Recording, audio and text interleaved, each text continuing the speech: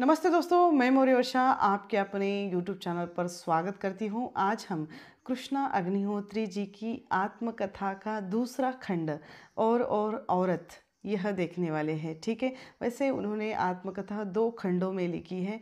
एक है लगता नहीं है दिल मेरा और दूसरा भाग है उसका और औरत।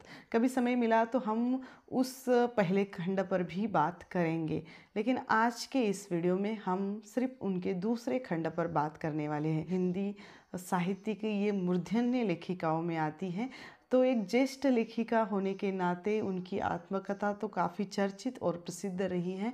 खासकर उनका व्यक्तित्व, उनका जीवन परिचय मैंने अलग से एक वीडियो में दिया है, चाहे तो आप वो वीडियो देख सकते हैं मेरे प्रोफाइल पर जाकर। लेकिन यहाँ पर हम उनके दूसरे खंड को लेकर बात करने वाले हैं। तो चलिए शुरू करते हैं। इस आत्मकथा का शीर्षक है और औरत।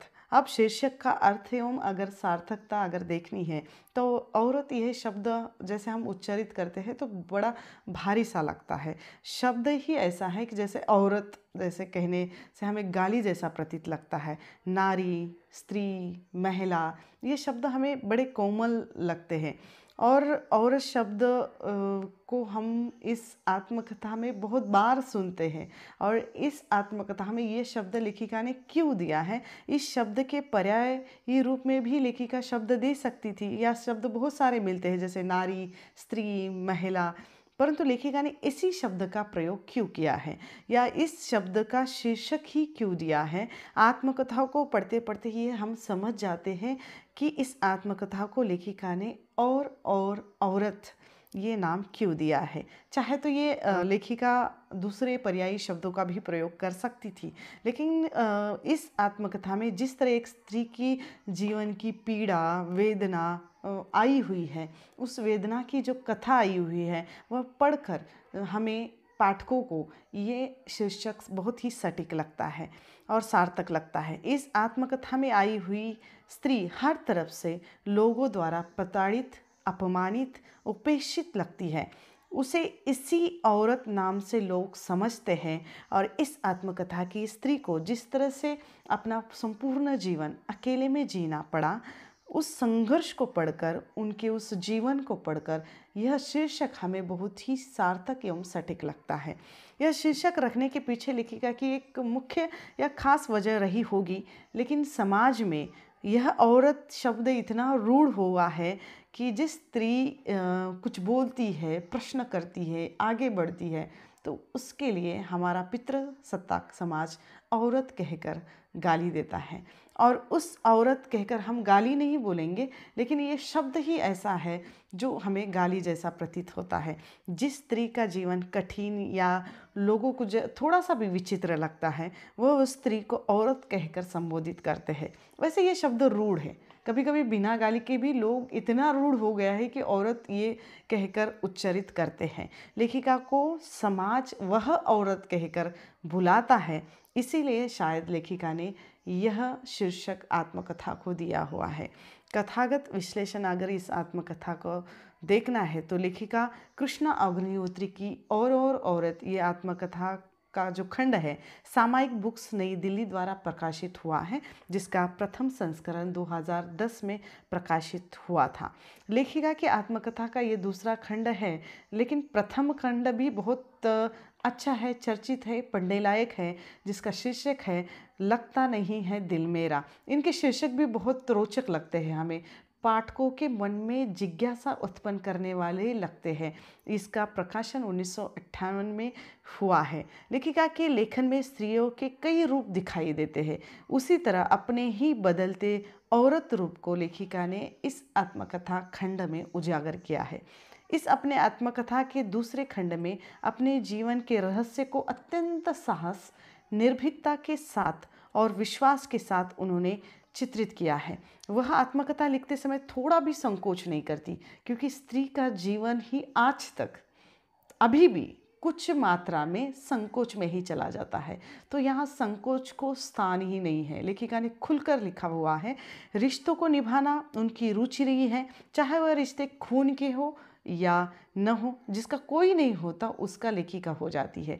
हर किसी की मदद करना अगर किसी से सीखना है तो हम लेखिका से सीख सकते हैं। भावनाओं के साथ जुड़ी हुई ये लेखिका स्वयं अपनी आत्मकथा के इस खंड की भूमिका में लिखती है कि आत्मकथा में केवल रहस्य, अश्लील प्रेम कथाएं लिखना नहीं चाहा, वह मेरी रोज की लड़ाई है।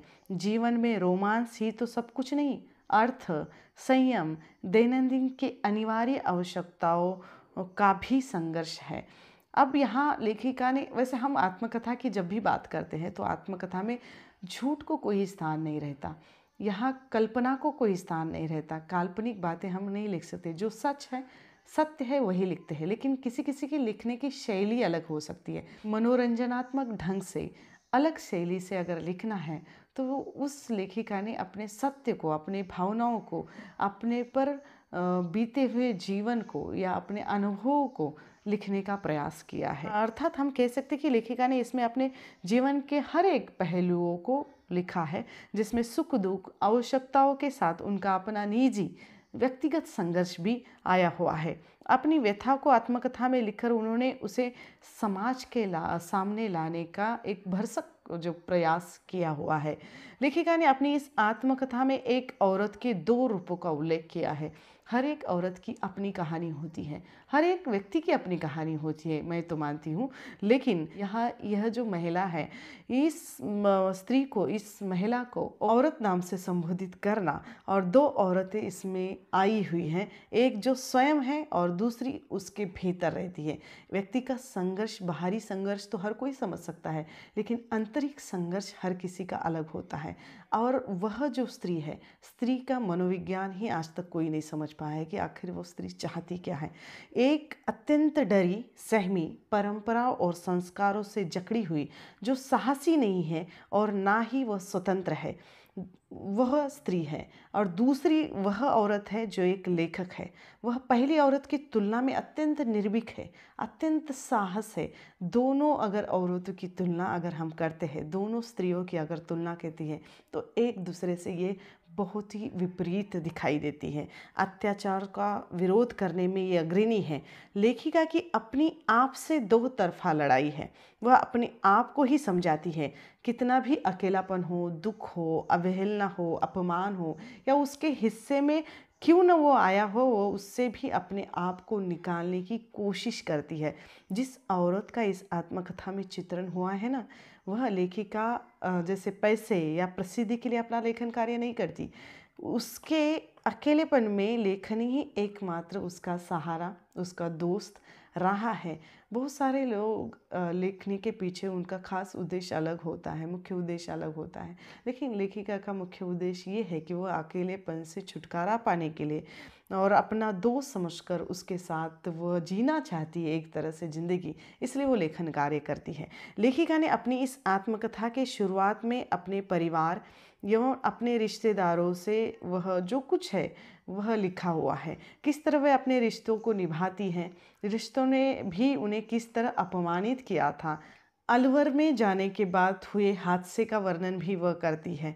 जब अलवर का प्रसंग हम पढ़ते हैं तो पाठकों को उस पर विश्वास ही नहीं होगा कि कोई स्त्री लाल लहंगा, चुनरी पहने, सिर पर गठरी रखे खड़ी है, वह भी आधी रात को।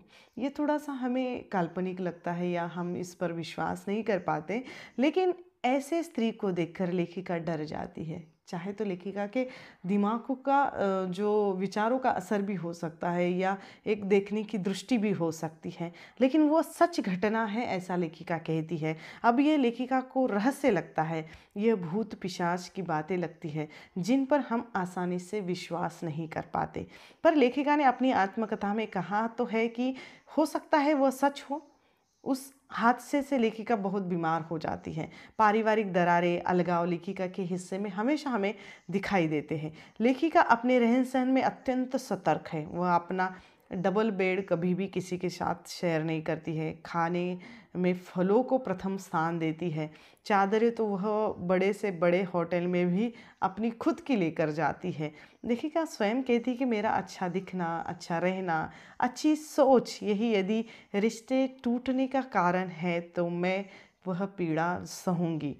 पीड़ा भी भुगतनी पड़ेंगी या पर सच्चाई से मुंह नहीं मोड़ूंगी।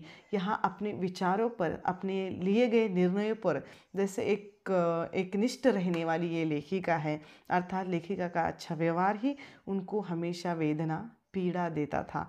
फिर भी वह अपनी सच्चाई का रास्ता नहीं छोड़ती थी। आज वर्तमान में सच्चाई के रास्ते पर बहुत कम लोग चलते हुए हमें दिखाई देते हैं। लेखिका का ये व्यवहार ही उनको सबसे अलग बनाता है। पारिवारिक दबाव के कारण हमेशा उन्हें संघर्ष करना पड़ा, फिर भी वह तटस्थ नहीं रह पाई। रिश्तों को निभाना उन्होंने कभी नहीं छोड़ा है। स्वयं को संभालते हुए, अपने भीतरी जो औरत को हिम्मत देते हुए अपना जीवन वह जीती है। जब पलटकर पीछे मुड़कर देखती है तो अपने आप से वह प्रश्न करती है कि मैं क्यों नहीं अपने स्वेच्छा से स्वयं कमाकर भी अपनी ज़िंदगी नहीं जी सकती। प्रश्न चिन्ह है, क्यों नहीं जी सकती? क्यों मर्जी से न रो पाई, न हंसी, न चीखी? बचपन से बुढ़ापे तक अमावस्या ही छाई रही। इनके जीवन में बहुत सारा कुछ घटा है, बहुत सारी घटनाओं का वर्णन हमें इनके आत्मकथा में मिलता है। एक स्त्री का पूरा जीवन भर अकेले जीना कितना कठिन, कितना संघर्षमय होता है, इसकी हम कल्पना भी नहीं कर सकते। यह हमें इस आत्मकथा में पढ़ने को मिलता है। तब पता चलता है बिना किसी मर्द या पुरुष के या प्यार के वह अपना जीवन जीती है। लेखिका का कहना है कि स्त्री देह से जुड़े बिना दोस्ती होती है ना, किसी पुरुष की अगर कोई मदद लेता है या मदद करना चाहता है तो वहाँ अगर स्त्री पुरुषों का संबंध ज़रूरी है क्या? वो दोस्त नहीं बन सकते क्या? ऐसा भी लेखिका ने यहाँ सवाल किया है। इस आत्मकथा की जो स्त्री है या औरत है वह जिज्ञासु है। वह अपने श्रम और लगन से मानवीय मन के रहस्य को जानना चाहती है। यह जो स्त्री है आस्थावान भी है, जो माँ दुर्गा की पूजा या उपवास भी करती है। लेखिका अपनी इस आत्मकथा में एक घटना बताती है, देवी का जो शरीर में आना, उस पर लेखिका ने एक लेख भी लिखा था, काफ़ी उस समय में वो प्रचलित था, जिसका शीर्षक था क्या देवी आती है। साप्ताहिक हिंदुस्तान में ये लेख छपा था और बहुत चर्चा में भी था, जिसके संबंध में वह लिखती है कि जब मैं जयश्री के बाड़े में पहुंची तो मुझे किसी बच्चे ने बताया कि देवी तो मेकअप कर रही है। मैं कैमरा वहां ले गई और वहां जाकर जयश्री को पेंसिल से अपने भुएं बनाते कैमरा में कैद कर लिया। और ये श्रद्धा अंधश्रद्धा की बातें में इसमें उसमें पूरा खुलासा हम आत्मकथा में पढ़ते हैं। आज भी समाज में कुछ भागों में ऐसी घटनाएं हम सुनते हैं, देखते हैं और कुछ लोग इस पर विश्वास भी कर लेते हैं, लेकिन कुछ लोग विश्वास भी नहीं करते। इस विषय पर लेखिका ने अपना स्पष्ट मत भी लिखा है। लेखिका ने अपने जीवन में बहुत कुछ भोगा, फिर भी वह अंधविश्वासी एवं परंपरावादी नहीं बन पाई। इस आत्मकथा की स्त्री कुछ गिने चुने लोगों के वजह से ही बदनाम है और मजाक का विषय बन गई थी, जिसमें से कुछ लोगों के नाम लेखिका ने दिए हैं। ऐसा खुलकर लिखना बहुत साहस की ज़रूरत होती है, निर्भीकता भी बहुत ज़रूरी है, निडरता है। और डॉक्टर वीरेंद्र सक्सेना, सतीश दुबे, रामकिशन चौरसिया, विकास दवे, चंद्रकांत देवताले आदि बड़े बड़े हस्तियों का नाम वो लेती है अपने आत्मकथा में। लेखिका अपने विचारों से सबसे अलग है। वो स्वयं दुखी, अकेली होकर भी दूसरों को मदद करने के लिए हमेशा तत्पर रहती है। वह कहती है आज भी वह स्वयं बंजर बन दूसरों को उपजाऊ रहने की प्रेरणा देती है। भीतर से सिसकती ये औरत रोज तड़पती है और पुनः जीवन की लड़ाई में उतर जाती है। अर्थात यहाँ हम कह सकते कि स्वयं सब सहती है किंतु दूसरों को आनंदित एवं सुखी देखने की आदी है। दूसरों के लिए हमेशा आगे रहने वाली ये लेखिका है। जीवन कितना भी बेमजा, बेस्वाद, बेरंग रहित हो, उसे जीने का प्रयास करना चाहिए। यही प्रेरणा हमें इस आत्मकथा में मिलती है। लेखिका के भीतरी औरत कितनी आवाज़ें देती है, आवाज़ें दे रही है, किंतु उसे शांत करके जीवन कैसे जीना है वह सिखाती है। लेखिका अपने जीवन संघर्ष के आग में जलने के लिए डरती नहीं है। जलते जलते ऐसे ही जीवन के अंतिम क्षण तक वह शांत रहकर संघर्ष करने के बारे में कह रही है। अपने लेखन को ही अपनी प्रेरणा समझने वाली लेखिका उसको कंधा समझकर उसी लेखन उस पर रो लेती है या उसे ही अपना दोस्त मानकर जी हुई जिंदगी को व्यक्त करती है। अपनी आत्मकथा ने लेखिका ने अपने गुणों अवगुणों को दोनों को वाद विवाद करने के लिए होती नहीं है, ऐसा कहा हुआ है। ऐसा वह कहती है कि मैं महान नहीं हूँ, अच्छे बुरे गुणों अवगुणों के साथ गूंथी एक औरत हूँ, और औरत के औरतपन को कोई भी कुरेद कर निकाल नहीं सकता, क्योंकि औरत में वह जो ताकत है, वह सहनशीलता है, वह किसी और के लिए नहीं है, वह उसके अपने लिए है, और चाहकर भी वह उसको किसी और के लिए इस्तेमाल नहीं कर सकती, अपने लिए कर सकती है। आत्मकथा स्वीकारने या अस्वीकारने या वाद विवाद का मंच जो नहीं है, जो जिस पर बीता है सो बीता है, उस पर वाद विवाद नहीं किया जा सकता, और उसे अपने वक्त ने उसको वो दिखाया है, अनुभव किया है उसने खुद ने, तो आप उस पर प्रश्न चिन्ह नहीं लगा सकते, ऐसा लेखिका का मानना है। लेखिका अपने जीवन अनुभव में संघर्षरत रही है, किंतु उन्होंने कभी अपने औरत होने की मर्यादा की सीमा को लांघा नहीं है, अर्थात गलत रास्ता अपनाकर अपने को मजबूर करना या अपने आप को बेइज्जत करना, ऐसा कभी उन्होंने किया नहीं। मगर कोई लेखिका के साथ अपमानजनक या लज्जाजनक व्यवहार करे तो वो चुप भी नहीं बैठती है।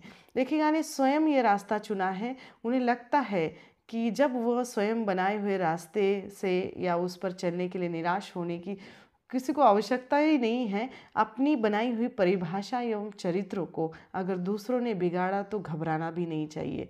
यह लेखिका की बातें जो हमें सीखने और बोध लेने योग्य है। स्त्री को अगर अपने बनाए हुए रास्तों पर चलना है तो खतरों का ख्याल भी नहीं करना चाहिए।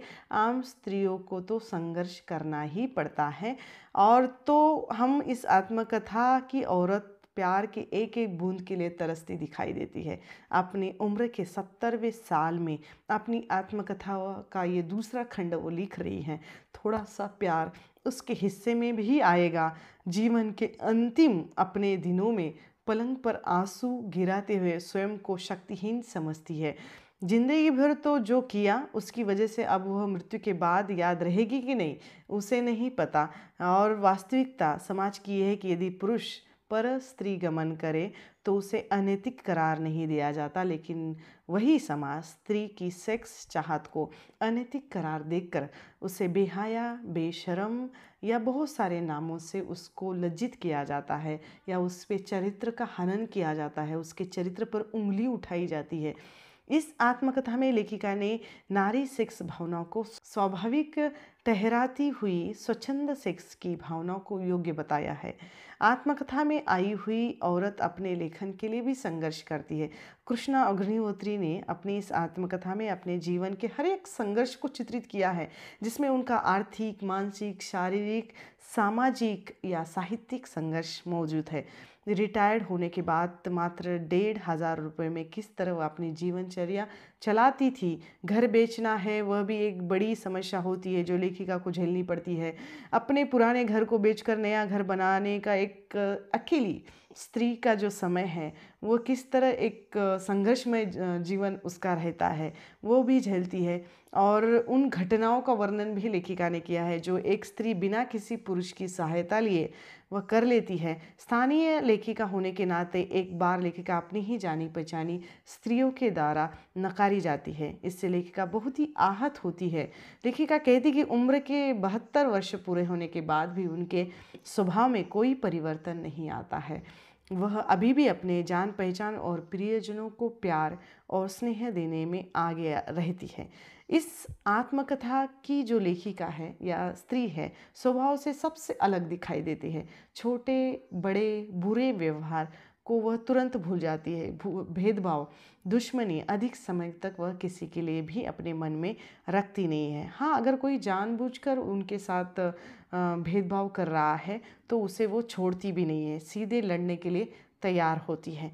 किसी ने कहा कि उसकी बहन नहीं तो कृष्णा उसकी बहन बन जाएगी। अगर जब रिश्ता नहीं निभाएंगे तो कृष्णा रोएगी, पर पुनः स्नेह देने के लिए अपना जल प्रपात जो कुछ है वह छोड़ेगी। अर्थात हम देख सकते हैं कि यहाँ कितनी संवेदनशील ये लेखिका हमें देखने को मिलती है। और यहाँ हम भी देखते हैं कि वह अधिक दिन तक दुश्मनी भी किसी के साथ नहीं कर सकती, भूल जाती है, परंतु यदि किसी ने स्पष्ट भेदभाव उसके साथ किया है तो वो उपेक्षित या पीड़ित कर रहा है तो वो उसको छोड़ेगी भी नहीं। मैं धनुष्य बाण लेकर तीर चलाने के लिए तेवर बना लेती हूँ, ऐसा उन्होंने खुद कहा हुआ है। अगर कोई जानबूझकर उनको छेड़ रहा है और भेदभाव कर रहा है तो वो उनको छोड़ेगी नहीं। रिश्तों को अहमियत देने वाली ये जो औरत है, जीवन में भावनाओं की परीक्षा देते देते कृष्णा अग्निहोत्री हर बाधाएं जैसे सहती है। अपनी ही भाई द्वारा घर से बाहर निकालने का जो दुख है, दर्द है, प्यार के लिए तड़पती रही लेखिका को सबसे ज़्यादा वेदना देने वाली ये घटना है। अपनी माँ के अंतिम क्षण में वह उन्हें अपने पास रख नहीं सकी, इस बात का भी अपराध बोध वो लेखिका रहती है और उसे उस बात का हमेशा अपराध बोध रहा है। पारिवारिक रिश्तों में आने वाली कड़वाहट, रिश्तों की दूरियां, ये सब इस आत्मकथा के खंड में हम पढ़ते हैं। लेखिका अपनी माँ की मृत्यु की घटना बताकर पाठकों को अपने परिवार, अपनी मजबूर स्थिति का परिचय करवाकर देती है। पारिवारिक अनबन किस तरह मानवीय रिश्तों को निभाने नहीं देती, यह हमें इस आत्मकथा से स्पष्ट दिखाई देता है। एक बहन होकर वह क्या करती है, इसका चित्रण हम इस आत्मकथा में पढ़ते हैं। माँ और भाई के मौत के बाद वह अपने पिता की जायदाद पर हिस्सा मांगती है। मैं एक निर्मम बहन हूँ, ऐसा स्वयं कहती है, जो अपने भाई की मौत के बाद उनके परिवार को सता रही हूँ और जायदाद में हक मांग रही हूँ। रवैया अगर यदि कोई दूसरा भाई करता तो, बहन कर रही है इसको गलत उसको ठहराया जा रहा है, लेकिन अगर वो भाई करता तो। लेखिका ने अपनी एक आत्मकथा के इस खंड में अपने मायके के पारिवारिक सुखों दुखों के बारे में भी बताया है। अपने पराये और पराये अपने कैसे हो जाते हैं, इसका भी चित्रण किया है। अपनी माँ की सेवा करने वाली सलोनी और शांता मामे के बारे में भी जो लेखिका से पढ़ते हैं। अपनी ही भाभी द्वारा उनके साथ किया गया बुरा व्यवहार, इस पर भी वो खुलकर लिखती हैं। आश्रयहीन स्त्रियों का संघर्ष इस माध्यम से हमें स्पष्ट झलकता है। आत्मकथा में लेखिका ने उनके साथ उसकी माँ, भाभी, सलोनी या शांता मामी का भी चरित्र चित्रण किया है। लेखिका अपने पारिवारिक दुखों के साथ कुछ अच्छे लोगों के बारे में भी लिखना नहीं भूलती, जिनकी वजह से लेखिका का मनुष्य पर का भरोसा अभी भी कायम है। जिसमें सतीश शर्मा नामक वकील है, जिन्होंने बिना फीस लिए सिर्फ व्यक्तिगत परिचय के आधार पर उनका केस लड़ा था। लेखिका कहती है वर्तमान में वे हाई कोर्ट में जज है। लेखिका का अपना जीवन जीने का एक तरीका है और वह अपने हिसाब से ही जीते हैं। वह ज़रूर अकेली है, भले ही उसके पास अधिक पैसा नहीं है, फिर भी सस्ती साड़ी और ब्लाउज में वह खुश है। दूसरे के 2, 3, 4 हज़ार की साड़ियों से उन्हें कोई लेना देना नहीं है, वो देखती तक नहीं है। लेखिका जब ये लिखती है तो उसे वह अपनी आत्म प्रशंसा नहीं बल्कि स्वयं का विश्लेषण कहती है। वह बताती है कि बिन पुरुष जीकर अकेले रहने के भी बहुत सारे फायदे होते हैं। लेखिका ने ये विचार हम जब पढ़ते हैं तो हमें लगता है कि अकेले रहना यानी स्वतंत्र रहना, ना किसी की रोक टोक, ना किसी की चिंता, जो मर्जी आए वह करे। लेखिका ने इसका गलत कभी फ़ायदा नहीं उठाया है, बल्कि वह अपना ये अकेलापन लिखने के लिए लगाती है और इस साहित्य के क्षेत्र में अपना जो नाम है, अपना योगदान जो बहुत बड़ा करती है। एक लेखक को एकांत, खाली समय की आवश्यकता होती है, वरना वह एक अच्छा लेखक कैसे बन सकता है, ऐसा भी एक प्रश्न चिन्ह है। समाज में एक अकेली स्त्री को शांत तरीके से जीना एक बहुत कठिन काम है, या वह जी नहीं सकती। सामाजिक दृष्टिकोण स्त्री की शांति को स्वीकार ही नहीं कर पाता, उसे झगड़ना पड़ता है, लड़ना पड़ता है। लेखिका ने अपनी इस आत्मकथा के खंड में उस घटना के बारे में बताया है जो अपने ही किराएदार के बारे में वह विस्तार से लिखती है। कैसे कैसे परेशानी में डालने वाले उनको किराएदार मिलते हैं। कोई समय पर किराया नहीं देता था तो कोई शराब पी कर आकर पत्नी को पीटता था। किसी की 2-2 शादियों का मामला होता है तो किसी के घर के बाहर के प्रेम संबंधों को उजागर किया है। इन किराएदारों की वजह से वह हमेशा उनको परेशानी झेलनी पड़ी। लेखिका मन संवेदनशील होने के कारण वह किसी के साथ भी कठोर व्यवहार नहीं करती थी, हमेशा दूसरों के लिए मदद ही करती थी। कुछ लोग लेखिका को उनके रिश्तों में बिचौली बनने के लिए कहते थे, कुछ लोग तो अपनी हदें पार कर लेते थे। इसमें एक निर्दोष स्त्री अपमानित, घायल हो जाती थी, जिस कारण लेखिका जैसी स्त्री कई दिनों तक चैन की नींद भी नहीं ले पाती थी। अब तक उन्होंने कहा है कि लेखिका पर अब शक्तिहीन, बूढ़ी, कमज़ोर इसीलिए कि वह एक औरत है। जिस उम्र की किसी भी औरत को प्यार, देखरेख की ज़रूरत, आवश्यकता होती है, उस समय मुझे लंगड़ाते हुए भी जीवन जीने की जो सारी चुनौतियाँ हैं, उन चुनौतियों से जूझना पड़ता है। एक ऐसी संवेदनशील, भावुक, रिश्तों में कमज़ोर औरत है जो किराएदारों द्वारा भी सताई गई है। रिश्तेदारों ने भी उनको सताया है, परंतु जिन लोगों को वह अपने घर में स्थान देती थी उन लोगों द्वारा भी धोखा देना, झूठ बोलना, लोगों को ये हम देखना कि लेखिका का विश्वास तोड़ना, इसका गलत फ़ायदा लेना, ये हमेशा लेखिका को भुगतना पड़ा है। उन प्रमुख 2 किराएदारों के नाम वह आत्मकथा में बताती है। एक है कांता और दूसरा है इंद्रजीत। कांता को एक अच्छी सीधी सादी स्त्री समझती थी लेखिका, और वह चरित्रहीन स्त्री थी। जब लेखिका को इस बात का पता चला कि कांता एक कॉल गर्ल है और वह लेखिका से झूठ बोलकर घर में रह रही है, तो उन्हें बहुत बड़ा दुख होता है, क्योंकि लेखिका तो उसके बच्चों के साथ खेलती, टीवी देखती है, उसकी देखरेख करती है, और बाद में उनके समाज वाले, पड़ोसी वाले लेखिका को ही गलत समझते थे। जब लेखिका के साथ एक रईस लड़के ने गलत तरीके से बात की और कांता की लड़की को उसकी इच्छा विरुद्ध उसके साथ संबंध बनाने के लिए लेकर जाने वाला था या बाध्य कर रहा था, तो लेखिका को बहुत गुस्सा आता है और वह कांता को अपने घर से निकाल देती है। और यहाँ हम देखते हैं कि लेखिका एक आश्चर्यचकित है। जब यह घटना उनके सामने आती है तो उनका चेहरा शर्म से झुक जाता है। मन खिन्न और लड़खड़ाते कदमों में वो सोचती है, और इस विषय में क्या सोचे और क्या नहीं कहे उसे समझ में ही नहीं आता। लेकिन उस अनिल नाम के लड़के को समझाकर कांता की लड़की की छुट्टी भी या छुटकारा भी वह करती है। यह भी हम देखते हैं। यह सब उनके साथ ही क्यों होता है? उनके किसी के प्रति करुणा या उनकी दुर्बलता ही बन क्यों नहीं जाती, ऐसा हम सोचते हैं, जिससे उन्हें बहुत कुछ सहना झेलना पड़ा। और इस आत्मकथा की औरत समस्याओं की गठरी अपने साथ लेकर हमेशा चलती हुई हमें दिखाई देती है। अकेले रहने के बाद शक की निगाहों से देखना, अनेकों बातों को सुनना पड़ता है जो लेखिका के चरित्र के विरोध होती है। यह एक संघर्ष का कार्य है, संघर्ष की कथा है। यदि वह किसी पुरुष की मदद या सहायता लेती है तो क्या उसे सिर्फ यौन संबंध बनाने के लिए यह किया है? ऐसा ही क्यों लोग सोचते हैं? यौन संतुष्टि के कारण ही समझा जाता है, ऐसा ही क्यों? इस पर लेखिका को बहुत बुरा लगता है। कहाँ तक ये सही है, ऐसा प्रश्न चिन्ह लेखिका ने कहा हुआ है। समाज में स्त्री पुरुषों के संबंधों को लेकर होने वाली बातें जो है वह बातें यहाँ लागू होती हैं। स्त्री को हमेशा पुरुष के साथ ही जुड़कर क्यों देखा जाता है, लिखा भी जाता है, पर क्या वह अकेली अपना जीवन जी नहीं सकती या अकेला वो जीवन व्यतीत नहीं कर सकती? और इस बात को लेकर लेखिका ने लिखा है। यही बात लेखिका ने अपनी आत्मकथा में बहुत विस्तार से कही है। लोग ऐसा क्यों सोचते हैं कि अकेली है और मदद मांग रही है तो वह यौन संतुष्टि के लिए कर रही है? क्या किसी महिला को भाई, बेटे या मित्र की आवश्यकता नहीं होती, या सहयोग दिया नहीं जा सकता एक मित्र या भाई या बेटे के रूप में? यदि यह संभव नहीं है तो कोई स्त्री यदि देह व्यापार करके यह सब पाती है तो उससे हम दोष क्यों देते हैं? क्यों उसे दोष दे, ऐसा प्रश्न चिन्ह है। लेखिका ये भी स्पष्ट करती है कि यदि वह किसी की मदद लेती भी है तो उन संबंधों के अलावा कई और संबंध भी होते हैं, जैसे भाई, बेटे, मित्र के रूप में। यदि स्त्री अपनी इच्छा से संबंध बनाकर अपन जीवन चला रही है तो हम उसको दोष क्यों दें, ऐसा प्रश्न चिन्ह है। उसकी वह मजबूरी भी हो सकती है। अब इस आत्मकथा में लेखिका ने स्वयं स्पष्ट किया है कि यह स्त्रीवाद का समर्थन भी नहीं करती और पुरुषवाद का विरोध भी नहीं करती। यह स्त्री सिर्फ प्यार की प्यासी है, चाहे वह भाई, पति, दोस्त या अपने रिश्तेदारों का हो। वह इज्जत और प्यार को पाना चाहती है जो उन्हें अपने जीवन में बहुत ही कम मिला है। इसके लिए अगर किसी की मदद ली तो वह क्या अपराधी हो गई, ऐसा प्रश्न चिन्ह है।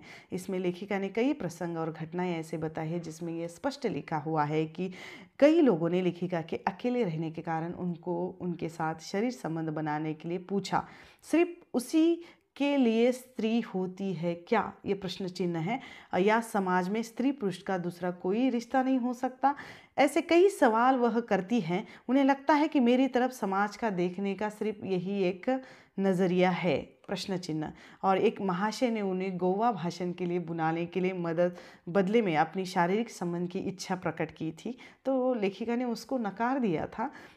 उसके बाद में उन्हें पता चला कि वह नहीं गई तो कोई और गई होगी, और वह कहती कि लोग योग्यता को छोड़ उसके लिंग को क्यों देखते हैं, और वह सिर्फ स्त्री है ये सोचकर ही वह आपकी जो बातें हैं वो बातें क्यों करते हैं, आपकी बात मान रही है या टाल रही है, इस पर निर्भर करता है उसे बुलाना है या नहीं बुलाना है।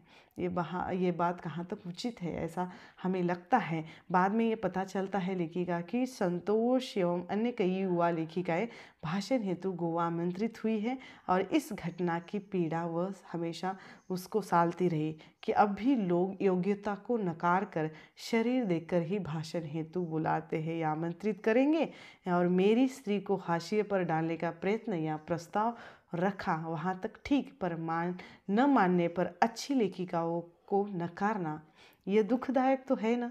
और इतना लिखा पढ़ा योग्य बनी है लेखिका, क्या अपनी हस्ती इतनी सस्ती बनाई जाए कि किसी के भी बुलाने पर वह जाएगी? या भले ही उस लेखिका का अपना जो विचार है, अस्तित्व है, लेकिन उसका मानना नहीं मानना वो सर्वथा उसका अपना स्वयं का निर्णय है। यहाँ लेखिका ने अपने सम्मान का सौदा कभी मंजूर नहीं किया है। भले ही वह उसे लेखिका होने के कारण बहुत सारे जगह से नकारात्मक बातें सुननी पड़ी या नकारा गया। साहित्यिक क्षेत्र में इस तरह की बातें जो स्त्री लेखिकाओं का मनोबल घटा देती हैं। एक और लेखिका के भीतर की औरत प्यार के लिए तड़पती रही, किंतु उन्होंने कभी सौदेबाजी नहीं की। प्यार पाने के लिए कभी अपने हाथ नहीं फैलाए। लेखिका को अपने लेखन के कारण पाठकों को कई सारे पत्र आते थे। कई पाठकों ने उनके लेखन पर प्रतिक्रियाएं भी दी थी और इसमें कईयों ने उनके साथ शादी के प्रस्ताव भी रखे थे। इसमें उल्लेखनीय नाम है अमन, IAS अधिकारी जो बिहार से थे, जिनके पत्रों को पढ़कर लेखिका आकर्षण महसूस कर रही थी। कुछ दिन इनमें पत्र व्यवहार होता है, किंतु एक दिन लेखिका महसूस करती है कि बहुत दिनों तक उनका कोई फ़ोन, कोई पत्र नहीं आया, तो पटना जाकर उस व्यक्ति को मिलती है। ये लेखिका की बहुत साहस की बात है कि वह अपने आप को किसी के इशारों के हिसाब से जीने देना नहीं चाहती, वो मजबूर नहीं करती। अचानक जाकर उस व्यक्ति के ऑफिस में वो मिलती है तो वो घबरा जाता है।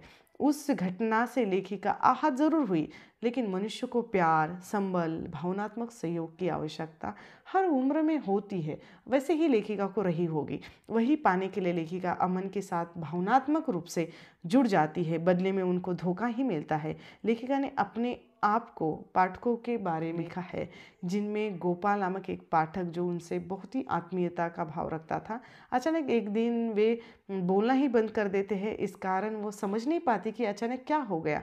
इससे लेखिका का स्त्री पुरुष संबंधों पर से विश्वास ही उड़ जाता है। अपनी माँ की बरसी के दिन या बरसी करके वह संदेश देती है कि सिर्फ लड़कों ने ही ये जो कार्य है, कर्म है, करना चाहिए, इसका विरोध भी वह करती हैं। लेखिका के संपर्क में आने वाले पुरुषों ने, उनके सामने बहुत सारे पुरुषों ने इजहार भी किया प्यार का, और अमन, डॉक्टर भारद्वाज आदि का नाम वो लेती है। इन लोगों ने लेखिका से बात भी की थी। लेखिका किसी का भी वो घर तोड़ना नहीं चाहती जो बसा बसाया है। लेखिका हमेशा अपने पारिवारिक सहयोग से वंचित रही।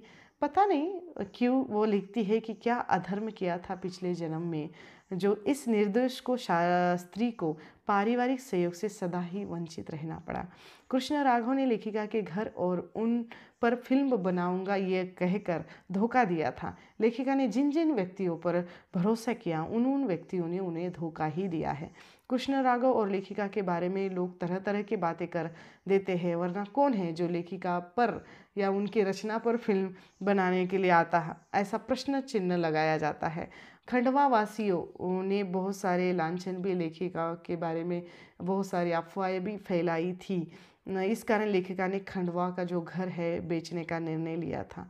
यह आत्मकथा पढ़ने के बाद हमें पता चलता है कि जिसकी सरकार होती है उसको पुरस्कार एवं सम्मान मिलता है, अर्थात पुरस्कार व्यक्ति की योग्यता को देखकर नहीं बल्कि स्वार्थ देखकर दिए जाते हैं। लेखिका को यह भी अनुभव रहा है कि लेखकों एवं साहित्यकारों की कोई सरकार नहीं होती, वे तो समाज को देने वाला होता है। वह सब कुछ लिखता है, समाज को देता है, तो वह असल में समाज में घटित होता है या उस पर अनुमानता भविष्यवाणी की हुई होती है। आज वर्तमान में लेखकों को ये सब भुगतना पड़ रहा है।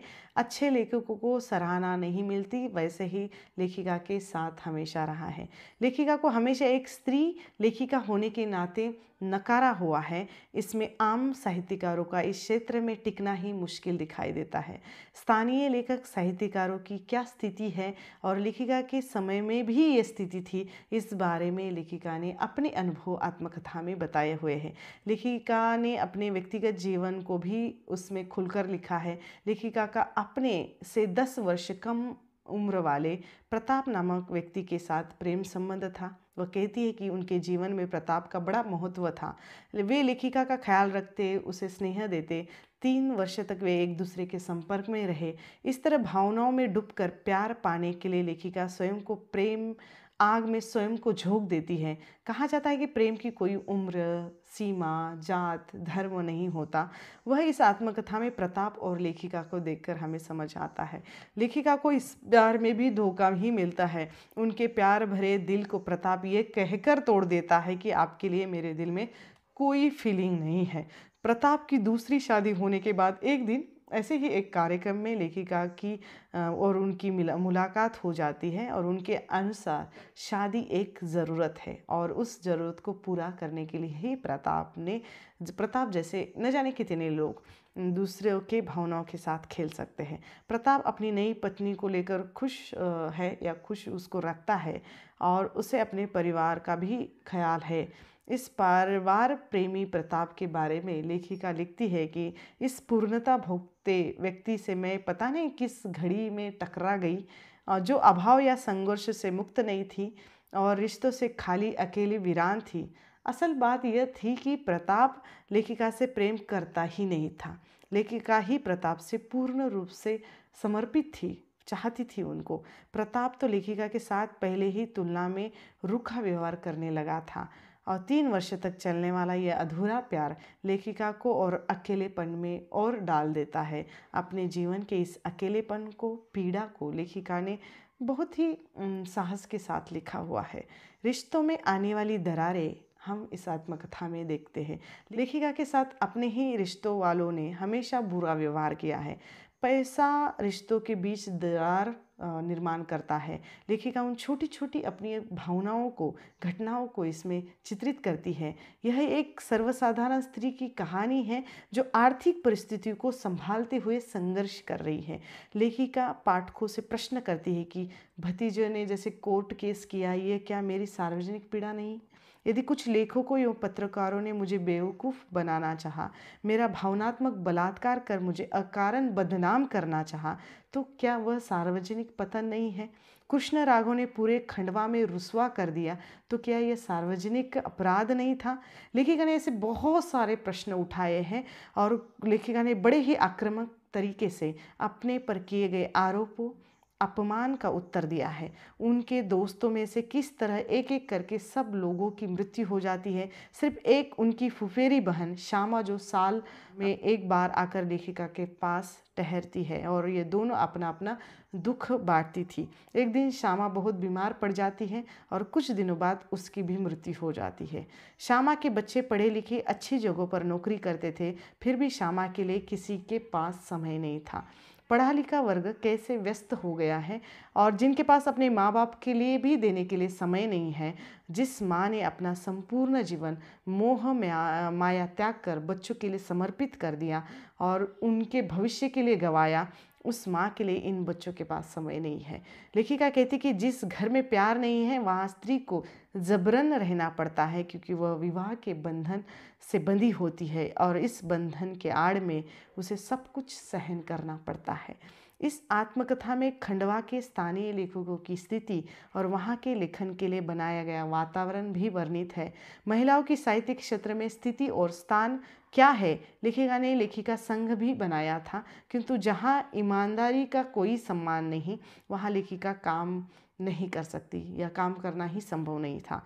इसलिए उन्होंने वह संस्था दूसरों को सौंप दी और साहित्यिक परिवेश में लेखिका कहती कि जिस तरह खंडवा में पुरुष वर्चस्व था, वैसे ही इंदौर में भी साहित्य जगत में पुरुष वर्चस्व ही था। फिर भी लेखिका के प्रति सम्मान तब जाग जाता है जब लेखिका की रचनाएं छपने लगी और उम्र बढ़ गई थी। साहित्यिक परिवेश में भी राजनीति आड़े आती है और जहाँ योग्यता को महत्व न देकर पार्टी को देते हैं, अर्थात चापलूसी करने वालों के लिए या उनको पसंद करना और योग्यता धारक व्यक्ति को नकारना, ये हम इस आत्मकथा में सुनते हैं। यह अनुभव लेखिका का अपना रहा है। कादम्बनी के संपादक राजेंद्र अवस्थी ने लेखिका को हमेशा चाहा, पर लेखिका ने उनको हमेशा अपना एक अच्छा दोस्त ही माना है। लेखिका ने अपने इस आत्मकथा में प्रेम संबंधों के बारे में भी लिखा है।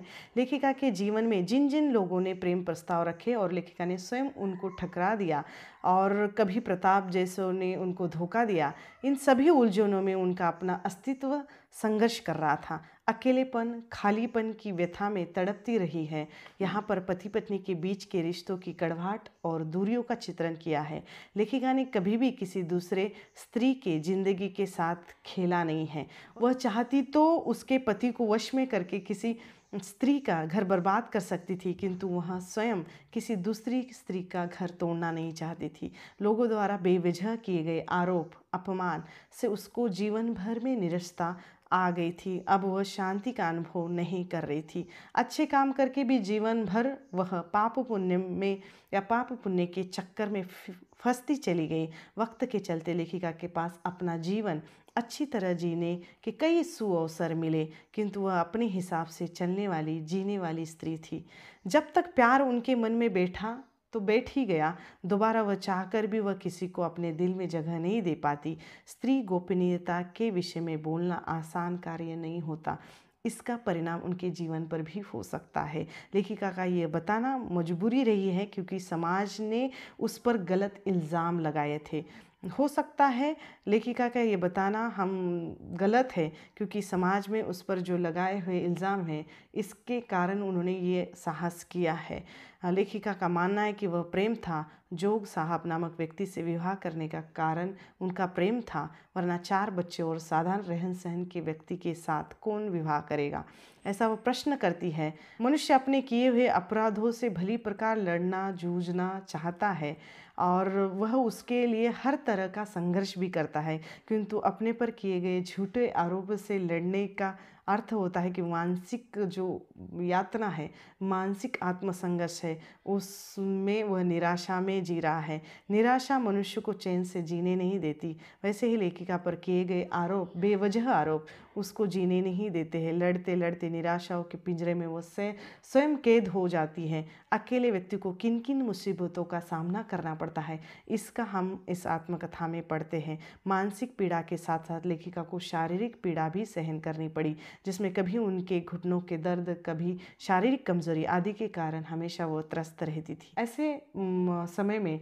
व्यक्ति को किसी न किसी के सहारे की ज़रूरत होती है, लेकिन लेखिका को ये सहारा कभी नहीं मिला। रिश्तों को अगर बात करें तो उनकी अपनी बेटी निहार के अतिरिक्त तो उनको किसी का भी उनको प्यार नहीं मिला। सब रिश्ते खोखले। साहित्य के क्षेत्र में भी सम्मान, खुशी भी अब नहीं रही। वह अपना स्वाभिमान कुचलकर जीना नहीं चाहती। छोटी छोटी खुशियों को खुलकर जीना चाहती है। उनका जन्मदिन हो या जब उनको सम्मान या पुरस्कार मिलता है, उसकी भी वह खुशी मनाती है। हम देखते हैं कि इस आत्मकथा में वह अपना शोध कार्य किस तरह हो रहा है या किस तरह आत्मकथा पढ़ी गई है, इसके बारे में भी लिखते हैं। कुछ साहित्यिक घटनाओं का जिक्र भी हम इस आत्मकथा में पढ़ती हैं, या खासकर साहित्यिक मित्रों के बारे में। लेखिका के अनुसार पुरुष प्यार नहीं करते, बल्कि प्यार तो उनके लिए स्त्री मन और तन तक पहुंचने का एक कब्जा मात्र है, ऐसा उन्होंने कहा है। बहुत सारे उनके आत्मकथा में आए हुए ऐसे कथन हैं जो काफ़ी प्रचलित हैं। स्त्रीवादी दृष्टिकोण से भी अगर इस आत्मकथा का अनुशीलन किए तो ये आत्मकथा पर ही एक PhD हो सकती है। ठीक है, तो आम स्त्री का रोज़मर्रा का जीवन संघर्ष इसमें आया है। एक औरत के 2 रूपों के संघर्ष में कहानी है। पारिवारिक रिश्तों में दरार, अनबन, अलगाव, इसकी कथा है। दूसरों के लिए हमेशा तत्पर रहने वाली मददगार स्त्री की कथा है। समाज में विवाह बगैर स्त्री पुरुषों को संबंध को लेकर क्या क्या बातें होती है, इसका वर्णन हम पढ़ते हैं। लेखक या लेखिकाओं के साहित्यिक स्थिति का वर्णन है।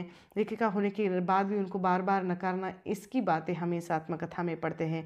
आधुनिकता के दोषों पर भी इस आत्मकथा में प्रकाश डाला है।